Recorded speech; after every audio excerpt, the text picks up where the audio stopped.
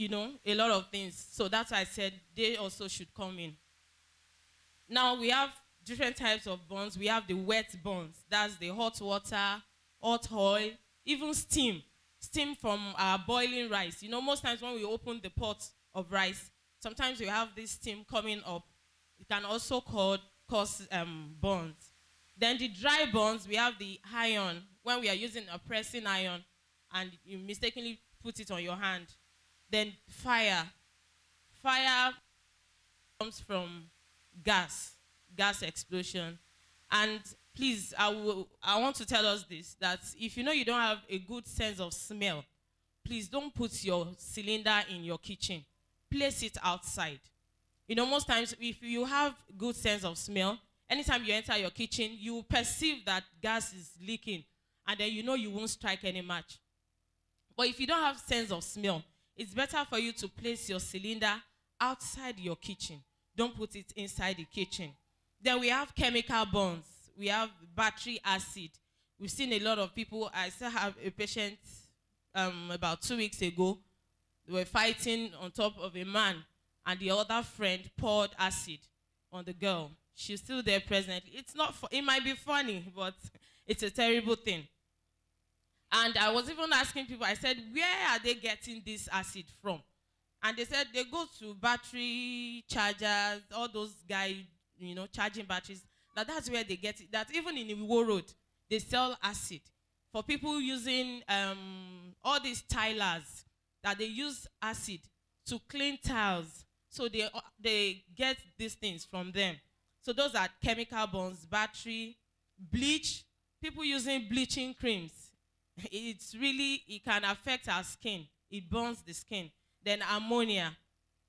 You might not get ammonia around, but if you are the type of person that soaks your clothes with jik and detergent together, the result brings out ammonia, and it's very, very dangerous. I can remember one time I was washing our toilet, and I mixed this liquid IPO stuff with detergent. I almost passed out.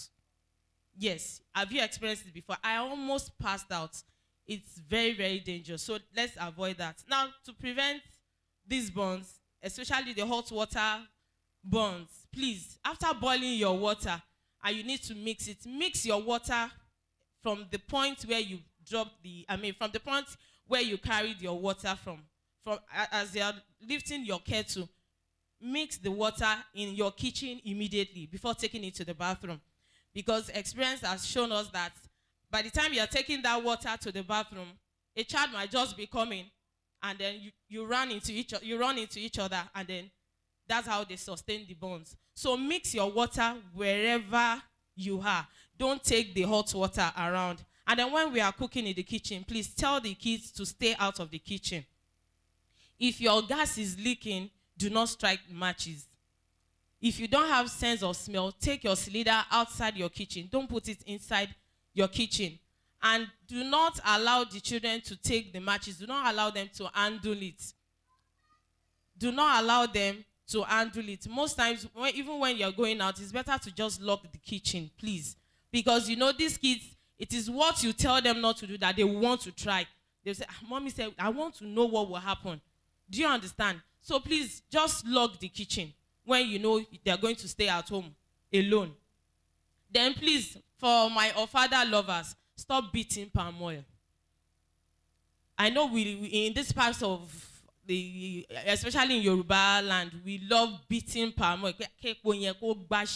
Please, do not beat palm oil, because if you beat it too much, it can actually catch fire and it will explode.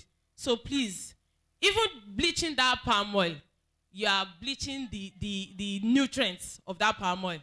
The vitamin A that you want to get from the palm oil is gone already. So why bleaching the palm oil? So please, let's avoid that. And then stop using your phone in the kitchen. I admitted a 70-year-old man last month. That was December. He was actually using the touch of the phone to cook in the kitchen. And that was how it exploded. So even that touch on your phone with the gas, they have affinity. So please don't use your touch. Some will even put it in their scarf on the head like this and be cooking in the kitchen. Yes, please let us stop it. Or maybe you're trying to on your generator and you are using the touch of your phone as a light source. Please do not do it. I know we do it all the time, and I know some people will be saying, we are used to it. Please, you have heard now. Let us stop it. If you want to see pictures of those victims, I have it on my phone.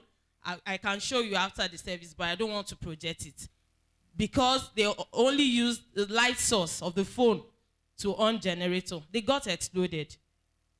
Please, let us avoid it. Please. And some, when your generator is about to die, you know, it gives a sound. You quickly open it and be pouring petrol. Yes, our men do it a lot. Please, let us stop it. It is very dangerous. It is very, very dangerous. Let us stop it. And then I don't know if I mentioned electricity.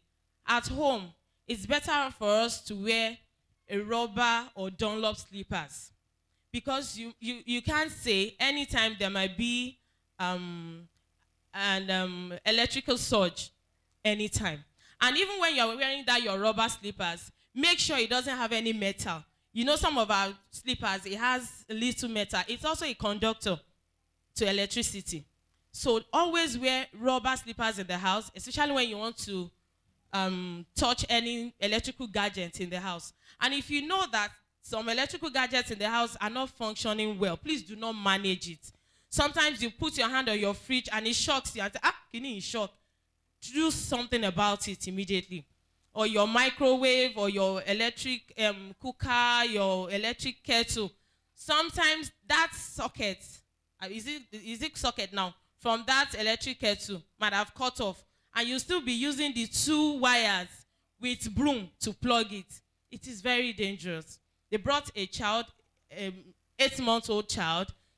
They were living in Face Me and Face You house. So the baby crawled from their own room to the other neighbor's room, and they plugged a fan like this. So the other wire was out, and the baby just put his mouth there.